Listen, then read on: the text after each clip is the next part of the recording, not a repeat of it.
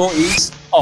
Elle sort d'une famille où son grand-père était dans une secte ésotérique. Il a dit à ses 6 filles, rassurez-vous, personne de vous ne pourra se marier parce que les accords que j'ai signés avec le diable, c'est qu'on doit être très riche, mais pas de mariage. Non, vous lui dites qu'il a dit ça. Il a dit ça, que vous ne pouvez jamais être pauvre. Et curieusement, toutes les filles ont eu de l'argent. Personne n'a jamais pu se marier. Elle me dit qu'il y a une de ses tantes qui a voulu violer la parole de son grand-père, qui n'était pas chrétienne, qui ne s'appuyait pas sur Jésus. Elle est allée forcer son petit ami avec qui elle avait fait un enfant de l'épouser. Il a accepté de l'épouser. Après la dot, elle allait mesurer la robe de mariage et puis c'est comme ça qu'elle est morte. Juste comme ça, mystiquement. On l'a enterrée avec la robe de mariage. Non, de Parce Dieu. qu'il y a une malédiction qui pèse sur elle. Cette jeune sœur, elle a près de 9 prétendants qui sont venus. Attendez, 9 prétendants sont venus pour l'épouser. Oui. Et jusqu'à présent, elle n'est toujours pas mariée. Jusqu'à présent, elle n'est toujours pas mariée. Ah, cela sous-entend que cette affaire est très sérieuse. C'est très, très sérieux.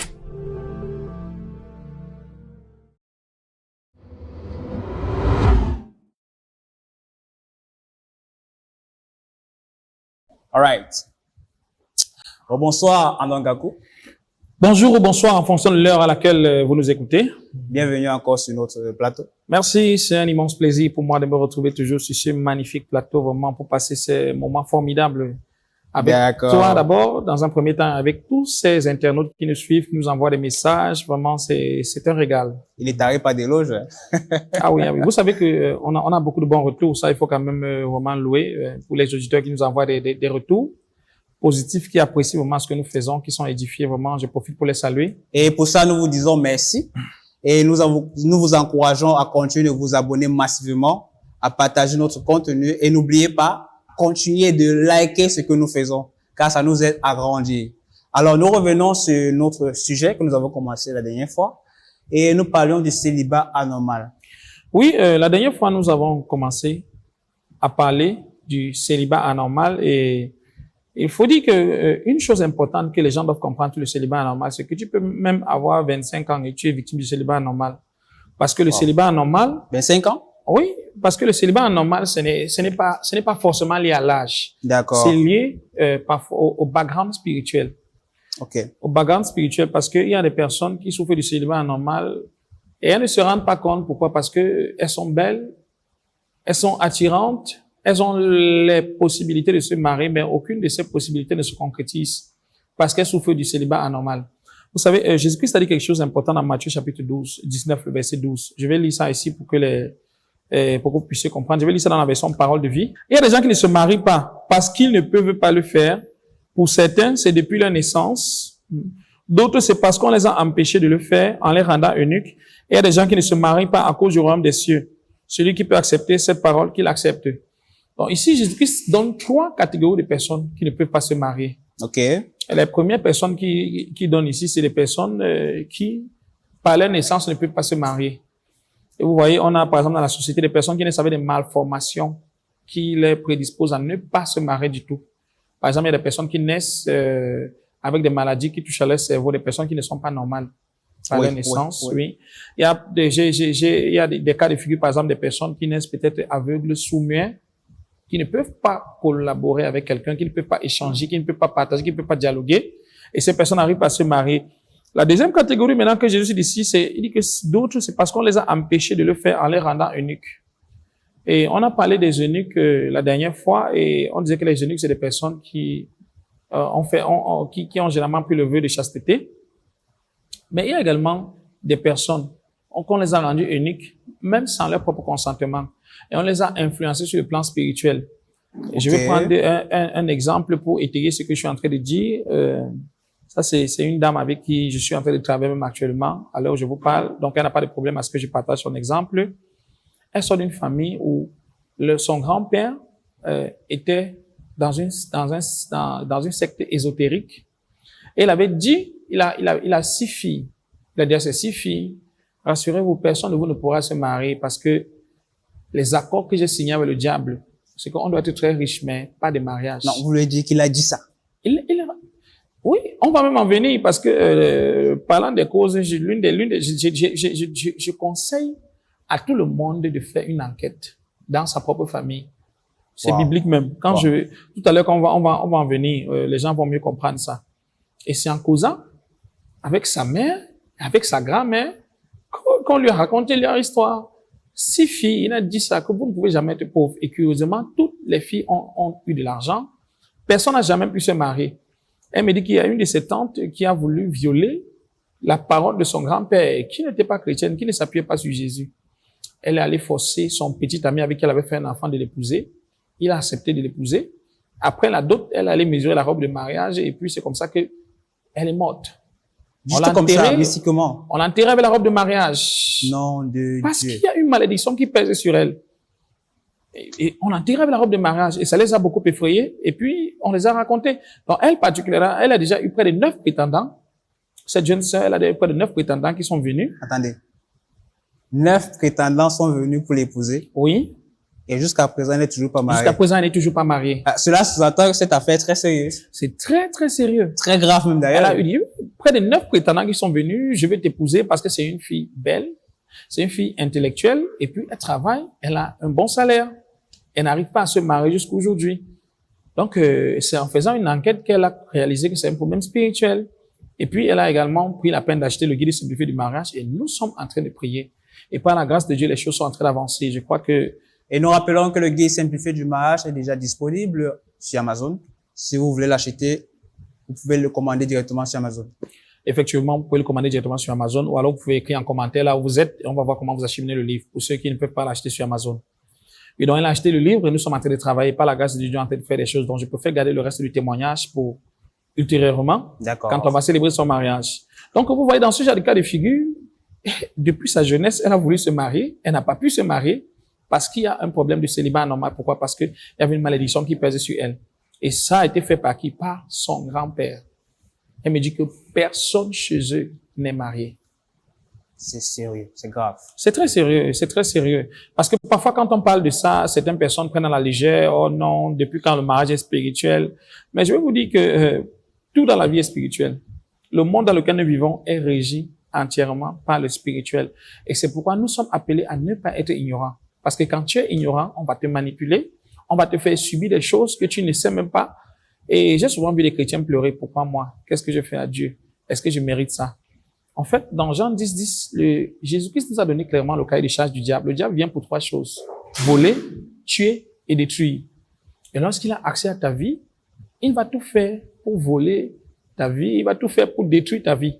Tu dois te lever dans la prière. Parce que tant que tu ne te lèves pas dans la prière, surtout quand tu souffres du célibat normal, tu vas subir, tu auras l'impression que Dieu ne veut pas t'exaucer, tu auras l'impression que vraiment le temps de Dieu n'est pas arrivé, alors qu'au fond, le problème est spirituel. Bien. Vous avez dit qu'il faut se lever dans la prière.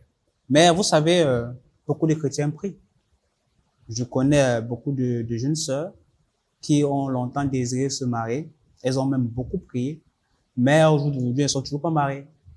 Je me pose la question de savoir, est-ce que c'est parce qu'elles sont en train de prier ou alors est-ce que c'est parce qu'elles prient mal? Vous posez une très bonne question. J'ai fait une série récemment sur la prière. J'étais invité à rendre ministère quelque part. J'ai fait une série sur la prière. À la fin, les gens m'ont demandé qu'ils voulaient le support. Je les ai dit que non, c'est encore en écriture parce que le tout premier livre que le Seigneur m'avait demandé d'écrire sur le leadership, je suis encore en train de travailler dessus et la prière fait partie des chapitres que j'aborde à l'intérieur. Et quand j'ai enseigné là-bas sur la prière, beaucoup de personnes ont compris qu'elles ne savaient pas prier. Il y a un monsieur de 63 ans qui est venu me rencontrer et m'a dit, pasteur, je prie depuis des années. Je suis fidèle dans la prière depuis des années, mais je ne vois pas Dieu agir dans ma situation. Je dis, ah bon? Oui. J'ai dit, OK. Je l'ai fait asseoir, je l'ai enseigné la prière, parce qu'il m'avait également écouté pendant ce programme. Je l'ai encore donné quelques éléments. Il est parti prier. Après 2 semaines, il m'a appelé pour me dire, je suis en train de voir des résultats, que je me prépare à venir avec une offrande.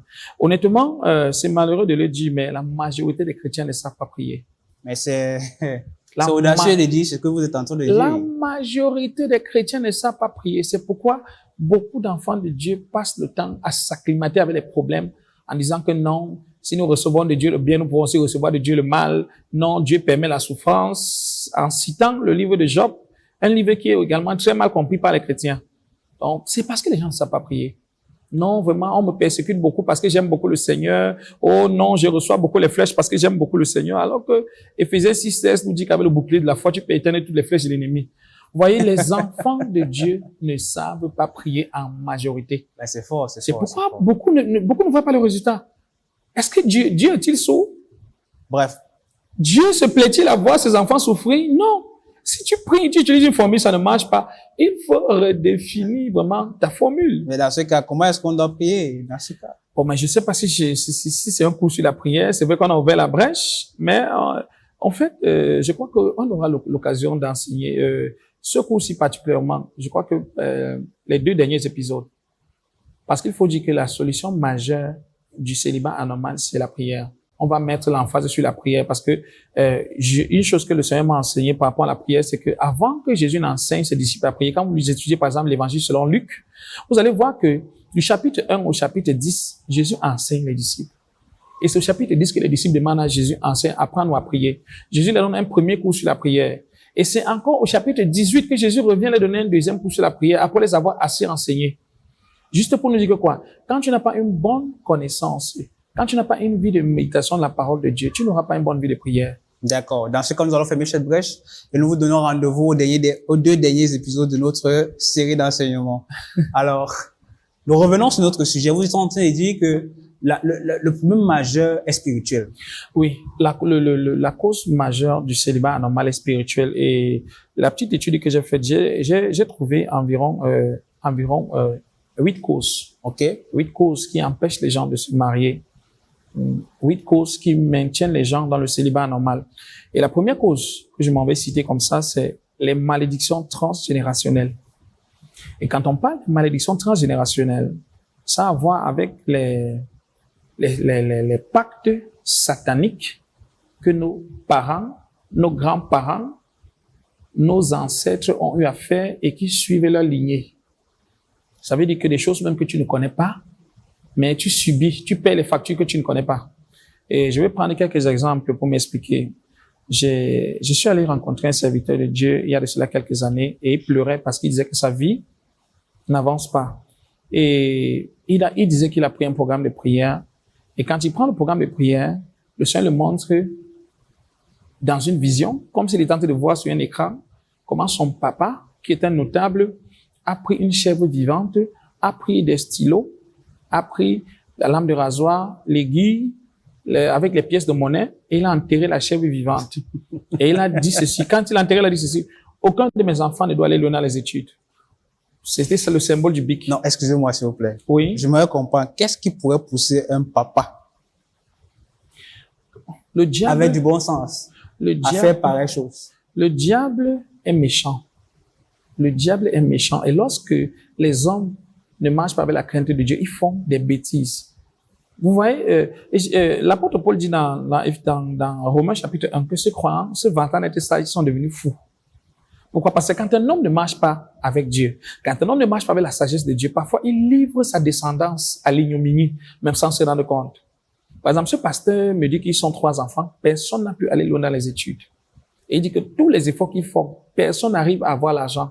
Parce que ça faisait partie des choses qu'il avait dit qu'aucun des enfants n'ira loin dans les études, aucun des enfants n'aura de l'argent. Et quand il va rencontrer son papa pour le confronter, mais papa, qu'est-ce que tu as fait?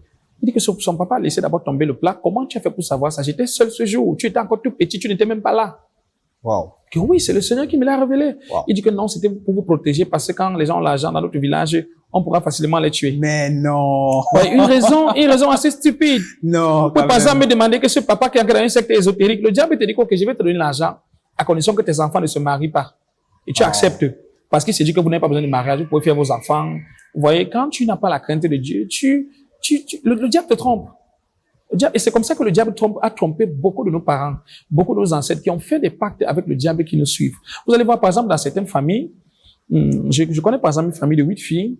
Toutes les 8 filles sont allées à mariage. Toutes les 8 filles ont divorcé. Non, quand même. 8 dames, toutes se sont mariées et toutes ont divorcé. Donc, tout ça, ce sont des malédictions transgénérationnelles. Ça veut dire qu'il y a quelque chose, quelque part, qui ne va pas. Il faut chercher sur le plan spirituel. Il faut se renseigner. La Bible donne 2 conseils. Je vais lire ça pour que vous puissiez comprendre. D'abord, Job, chapitre 8, le verset 8. J'ai beaucoup utilisé parole de vie parce que parole de vie simplifie le langage.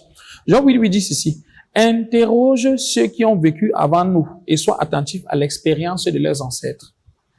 Et on a un deuxième passage dans Deutéronome 32, le verset 7. Pensez aux jours d'autrefois. Rappelez-vous des années passées, de génération en génération. Posez des questions à vos parents et aux vieillards. Ils vous raconteront ce qui est arrivé. Vous savez, dans la culture juive, sur chaque maison, on affichait la généalogie avec au moins 10 générations. Ok. Et quand les enfants naissaient, on les racontait que voici, ton parent peut-être de la 9e génération avait fait ceci. Ton parent de la 8e génération avait fait ceci. Tu connaissais clairement l'historique. Tu connaissais exactement ta lignée et tu savais à quoi t'attendre et tu savais ce que tu devais travailler pour que les mauvais schémas ne se reproduisent plus. Parce que beaucoup ne le savent pas. Quand on parle de l'héritage, il y a l'héritage physique qu'on a. Ton père peut te laisser par exemple des maisons, des voitures, un compte bancaire fourni. Il y a également des héritages spirituels. Ton père peut même te laisser des malédictions. Des choses que ses parents ont contractées et qui n'a pas fait l'effort de payer ça à son niveau, n'a pas fait l'effort de stopper, qui se perpétuent. Et c'est comme ça que quand vous ne travaillez pas, par exemple, je veux parler de certaines, il y a par exemple les héritages biologiques. Vous allez voir par exemple dans certaines familles, tout le monde à un certain âge a le diabète. Le père avait le diabète.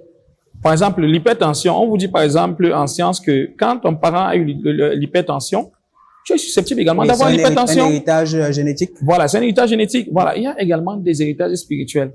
Et les malédictions transgénérationnelles ont principalement à voir avec ça. Nous sommes dans beaucoup de familles. Je viens par exemple de l'ouest du Cameroun. C'est l'une des tribus. L'ouest Cameroun, c'est l'une, pour ne pas dire la tribu la plus idolâtre du Cameroun. Et là-bas, particulièrement, je par mon grand-père maternel était un notable, un puissant notable. Et j'ai même eu à assister une fois au sacrifice. J'ai même participé au point de manger. Mais c'est lorsque j'ai compris, en grandissant, l'impact spirituel de ça. C'est là où j'ai prié pour me déconnecter de ça. Donc, il y a les héritages spirituels que nous recevons et que si tu ne fais pas l'effort de te séparer de ça, ça va te suivre et ça va même suivre tes enfants. Et dans le célibat. Et oui, dans le mariage notamment. Il y a beaucoup de familles. Il y a des familles que si vous regardez, vous allez voir par exemple des familles où les jeunes filles sont belles, personne ne va en mariage. Vous allez voir par exemple, il y a beaucoup d'indicateurs. Vous allez voir parfois de certaines familles où les jeunes filles sont peut-être intelligentes, mais personne ne va leur donner les études. Vous allez voir, par exemple, dans une famille où tout le monde accouche à la maison, personne ne se marie. Vous allez voir, par exemple, la famille où, par exemple, tous les garçons sont des voyous. Ça, ce sont généralement des indicateurs qui nous montrent qu'il y a quelque chose sur le plan spirituel qu'il faut travailler. Parce que tant qu'on ne travaille pas ça, ça va maintenir les gens dans la médiocrité, sous les malédictions. D'accord, vous avez parlé de 8 causes. Oui, j'ai parlé de 8 causes. La deuxième cause, ce sont les malédictions provoquées par nous-mêmes. Ok. Dans cette cause-ci, j'interpelle énormément les gens parce que en grandissant, je me suis rendu compte que il faut respecter les autorités. Dieu a établi les autorités. Sur le plan familial, l'autorité, c'est le père et c'est la mère. Et en dehors du père et la mère, il y a également ton tuteur, quelqu'un qui t'a hébergé, par exemple, qui t'a donné un abri, qui t'a nourri. Lorsque tu fais certaines choses qui ne sont pas bonnes et qu'il arrive que cette personne te maudit, par exemple. Te maudisse, vous voulez dire? Oui, qu'il arrive que, par exemple, que l'une de ces autorités te maudisse. Ça va certainement t'affecter. Donc, il ne faut pas blaguer avec. Il y a, par exemple, des personnes qui ont décidé de régner, par exemple, leur papa ou leur maman, parce que peut-être ils ne sont pas occupés d'eux, ainsi de suite. Ils sont également des sources de malédiction. Non, attendez, s'il vous plaît. Oui. Ils sont en train de dire que parce que je ne reconnais pas mes parents biologiques, pour cause, ils n'ont pas pris soin de moi. Ils n'ont pas pris soin de toi, vous savez, il y a des enfants qui ont été abandonnés. Il y a des enfants qui n'ont pas vécu, qui n'ont pas connu la chaleur des parents.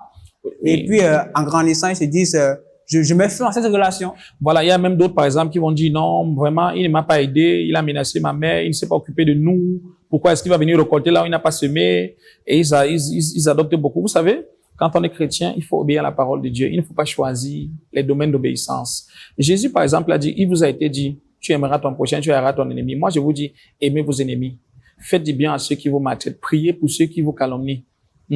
Jésus, il ne devait rien à personne, ce n'est l'amour fraternel.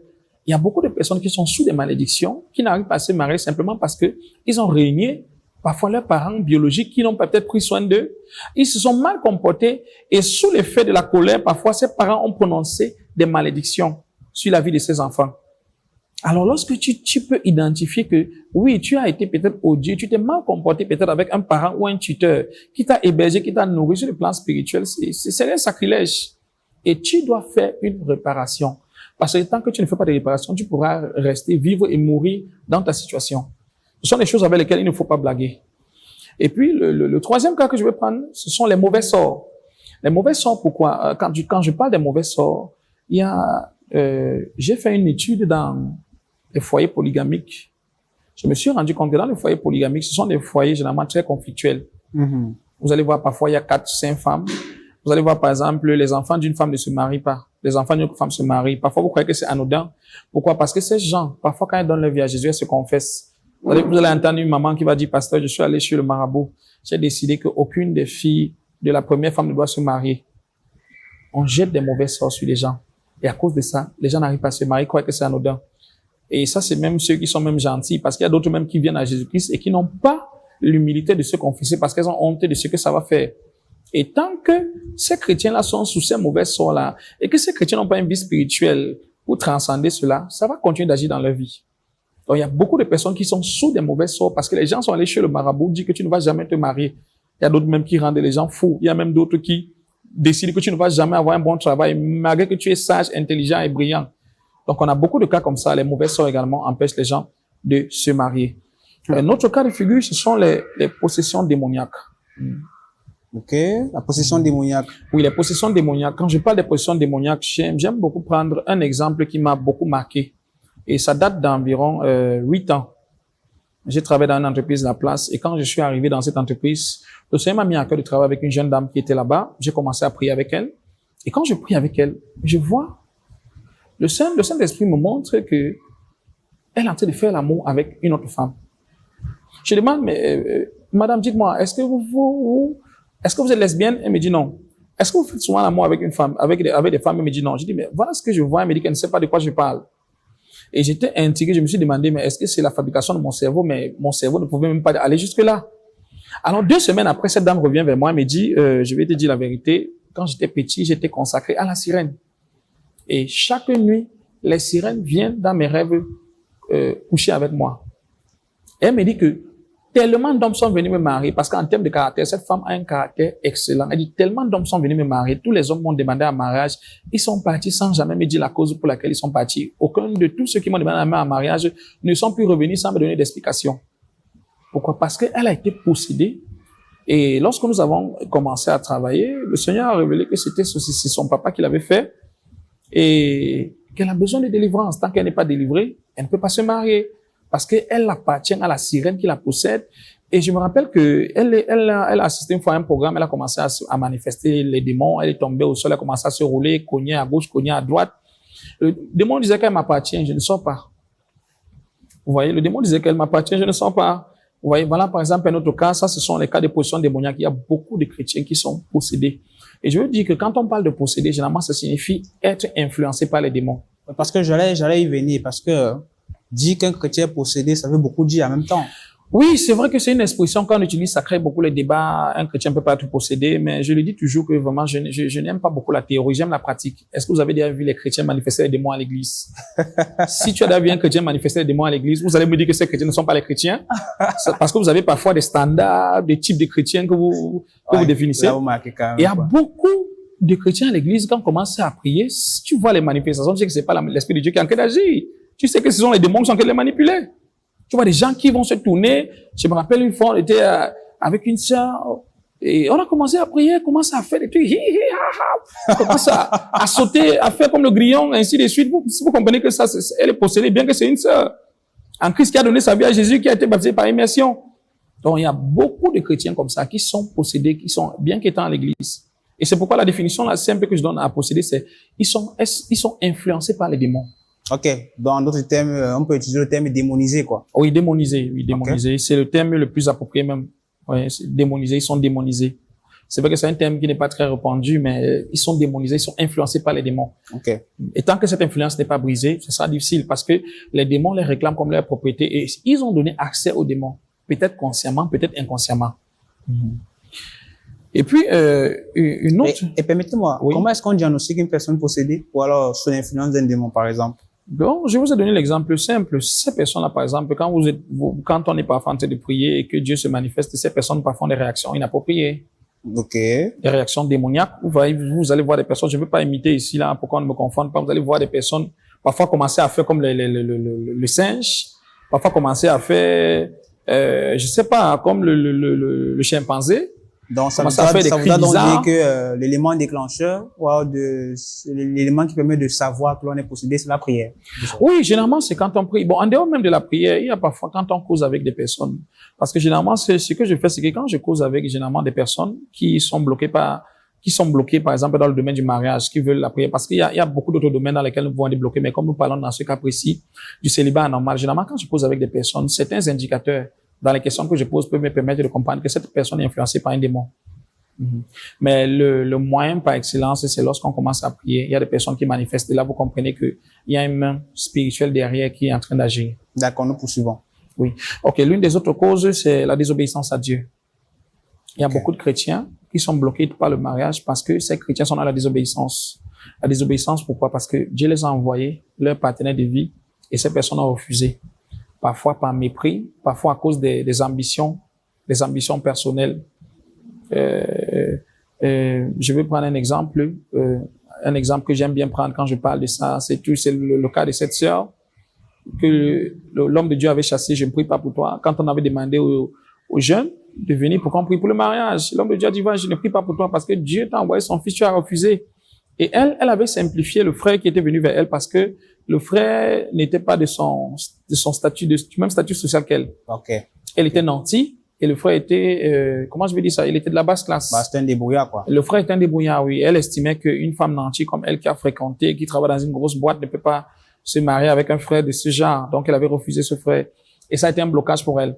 Vous savez, je causais avec un serviteur de Dieu récemment. Il m'a donné un témoignage qui m'a beaucoup marqué, le témoignage de sa vie. Il dit qu'il a rencontré sa femme, elle faisait la 3e, et puis elle allait en seconde. Il a demandé un mariage. Elle a dit que non. Tant qu'elle n'a pas le bac, elle ne se marie pas. Permettez-moi, elle avait quel âge? Je n'ai pas demandé l'âge, mais je crois qu'elle était au début de la vingtaine. Okay. Elle était au début de la vingtaine. Oui. Il dit que quand il a demandé un mariage, elle a dit non, mon objectif c'est d'abord le bac ou rien. Et il me dit que elle a voyagé dans une autre ville, elle était frustrée parce qu'il se disait, mais tiens, moi je veux me marier et cette femme veut me perdre le temps. Il dit que elle est allée dans une autre ville, elle fréquentait, et dans cette ville-là, elle a rencontré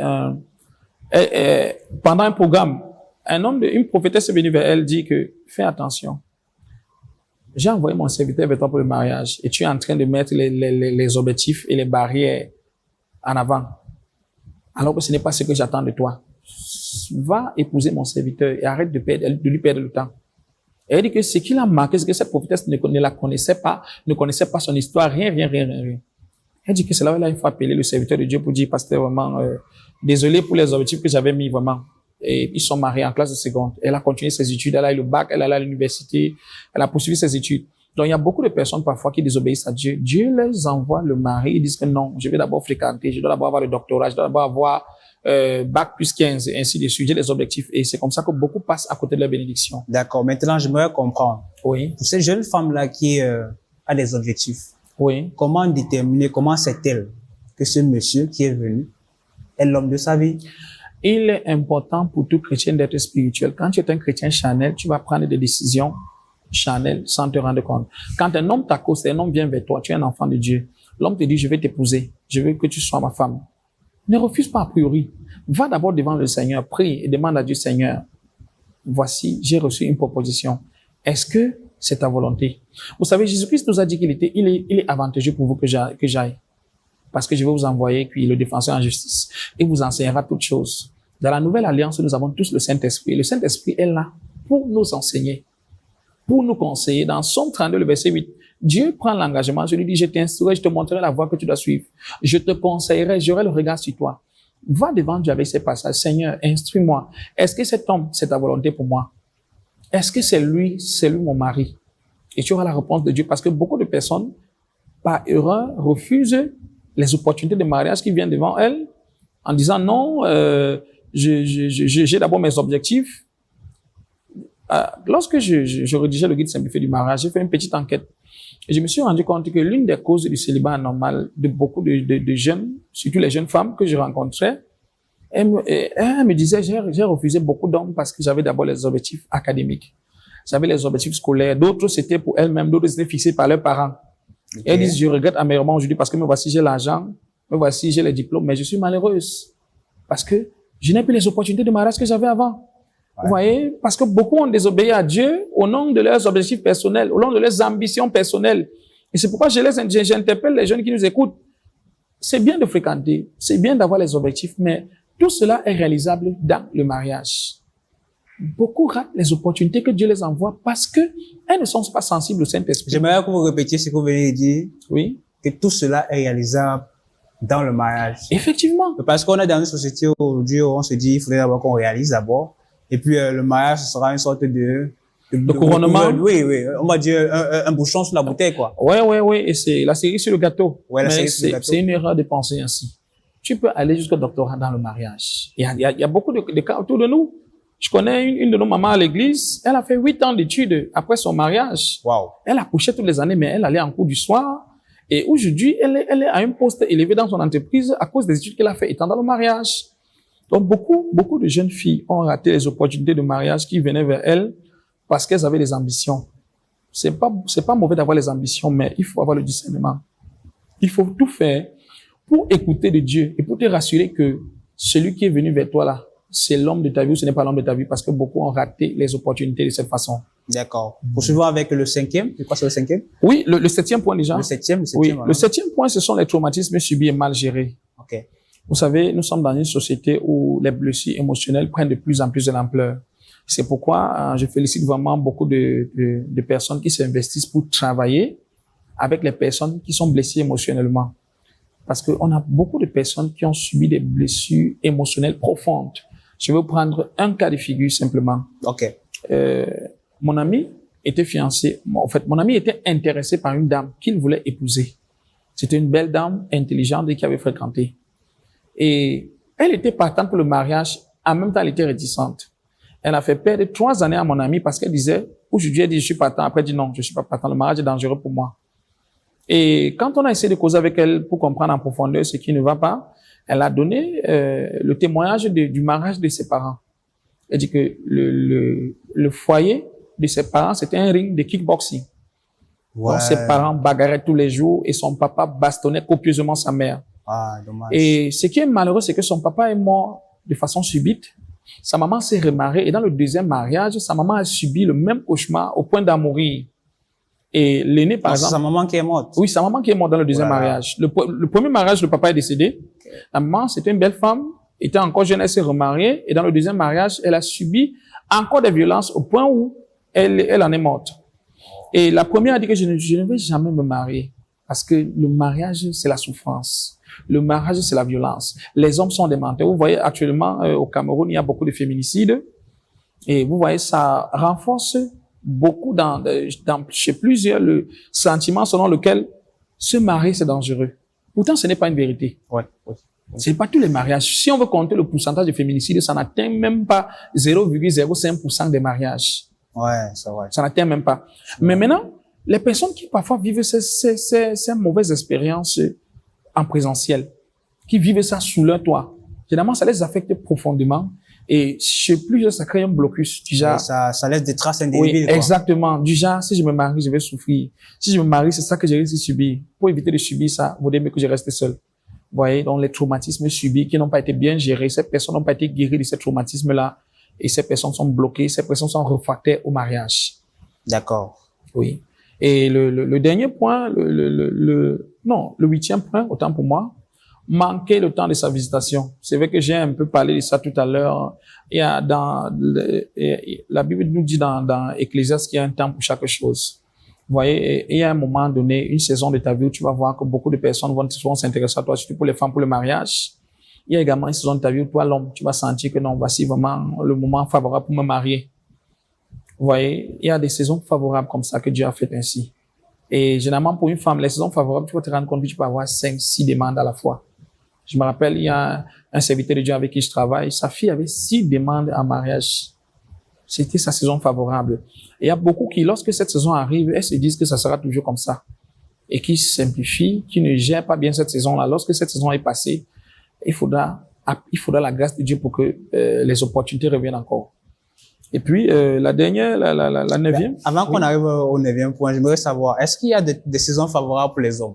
Parce qu'on parle beaucoup des femmes, mais est-ce qu'il y a des saisons favorables pour les hommes aussi? C'est vrai que pour les hommes, je vais le dire. C'est vrai que quand je le dis, beaucoup n'aiment pas entendre ça.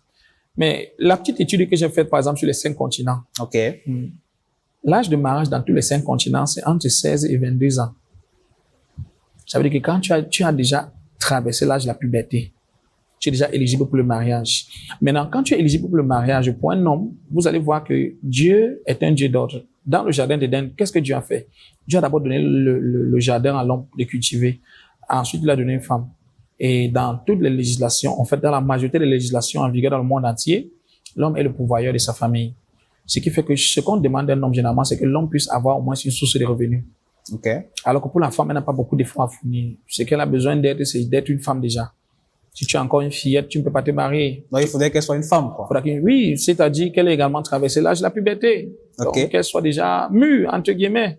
C'est-à-dire sexuellement mature, capable de procréer. Et généralement, c'est à partir de 16 ans déjà. Je crois que l'histoire dit que la plus jeune maman avait, je crois, 9 ans, c'est ça? Oh oui, elle avait 9. Elle avait 9 ans, oui. Uh-huh. Bon, maintenant, Dieu a établi des autorités qui font quand même une certaine régulation. Et dans la majorité des pays, c'est l'État qui fixe l'âge du mariage. Vous allez voir que, par exemple, au Cameroun, c'est 16 ans avec accord parental. D'accord. Et 18 ans sans l'accord de tes parents, entre 18 et 21 ans. Si je crois au Cameroun, c'est 21 ans, mais je crois à l'étranger, disons, dans la plupart des législations, c'est 18 ans. Voilà, 18 ans, voilà. Donc, c'est un peu ça. Donc, généralement, quand tu as déjà atteint cet âge-là, c'est déjà l'âge pour le mariage. Donc, il faut déjà penser à te marier. Je suis pas trop pour le fait que tu dois commencer d'abord à beaucoup réfléchir. Si tu as déjà les moyens pour un homme, si tu as déjà les moyens, tu peux déjà prendre soin d'une femme. Il faut te marier. D'accord. Faut plus perdre le temps. Dans tout temps, pour les hommes, il n'y a pas de saison favorable. Lorsqu'il est capable de générer de l'argent. Oui, quand un homme est déjà un homme, il doit déjà se marier. D'accord. Oui. Mm-hmm. Et pour une femme, quand elle est déjà une femme, elle doit se marier. OK. Et la dernière raison que j'énonce ici, c'est l'ignorance de la parole de Dieu. L'ignorance de la parole de Dieu. Osée 4:6 nous fait comprendre que le peuple de Dieu est détruit parce qu'il manque de la connaissance. Il faut dire que beaucoup d'enfants de Dieu marchent dans l'ignorance. Et l'ignorance, c'est l'une des clés majeures par lesquelles le diable tient les enfants de Dieu en captivité. Parce que les enfants de Dieu ne connaissent pas qui ils sont. Les enfants de Dieu ne connaissent pas ce que Dieu leur a donné. Les enfants de Dieu ne connaissent pas leur autorité en Christ. Et à cause de ça, le diable les tient captifs. Le diable les manipule. Le diable les empêche de se marier. Et ils ne se rendent même pas compte que c'est le diable qui est en train de les empêcher. Beaucoup même attribuent parfois ça à Dieu. Ouais. Donc, l'ignorance de la parole de Dieu, c'est tout le problème même en fait. Tout le problème vient de l'ignorance de la parole de Dieu. Quand tu connais véritablement la parole de Dieu, tu sauras comment prier pour sortir du célibat normal. D'accord. C'est ce que nous avons aujourd'hui brossé. Les causes du célibat anormal. Et je sais ce que vous dites. Nom de Dieu, c'est compliqué. Mais nous sommes contents parce qu'aujourd'hui nous les connaissons. Et si nous les connaissons, nous savons également qu'il est très possible d'avoir des solutions. Donc ce que je t'invite à faire, c'est premièrement de liker ce contenu. Deuxièmement, de t'abonner. Troisièmement, partager ceci à ton frère, à ta sœur, à un membre de ta famille, à ton ami, qui a besoin de ce que nous sommes en train de produire aujourd'hui, car ça peut lui sauver la vie. Alors, je t'invite. Ça, ce n'est que le 2e épisode. Et nous aurons d'autres épisodes à venir. Si tu es sage, ne rate pas le prochain épisode. Et nous te remercions d'avoir écouté ce podcast. Et nous te disons rendez-vous à la session prochaine. Sur ce, ciao, au revoir.